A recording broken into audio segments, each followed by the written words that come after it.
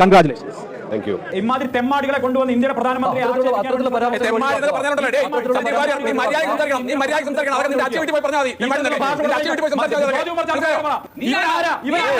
Channel ചർച്ചകൾ ജ്യോതികുമാർ ചാമക്കാലയും സന്ദീപ് വാര്യരും തമ്മിലുള്ള ചർച്ചകൾ എപ്പോഴും വളരെ ഹോട്ട് ടോപ്പിക് ആണ്. കൺഗ്രാജുലേഷൻസ്. Thank you. അപ്പോ ഇനിയിപ്പോ ഇതുവരെ ഫൈറ്റ് ചെയ്തിരുന്ന സന്ദീപായിട്ട് വിഷമം പറയും. ഒരു എതിരാളി കുറഞ്ഞു പോയി എന്നുള്ളൊരു വിഷമമുണ്ട്.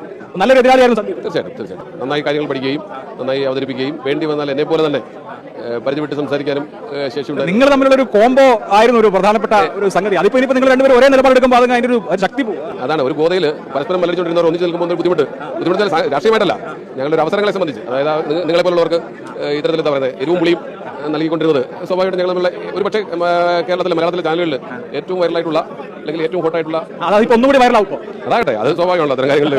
ഏതായാലും സന്തോഷമുണ്ട്. ഞങ്ങളുടെ വീട്ടിലേക്ക് തന്നെ അദ്ദേഹം മടങ്ങിയെത്തി. പ്രേക്ഷകരെ, അയ്യപ്പനും കോശിയും ഒന്നാവുകയാണ് സുഹൃത്തുക്കളെ. എന്തായാലും ഇനി സന്ദീപ് വാര്യരുമായി ഫൈറ്റ് ഇല്ല എന്ന്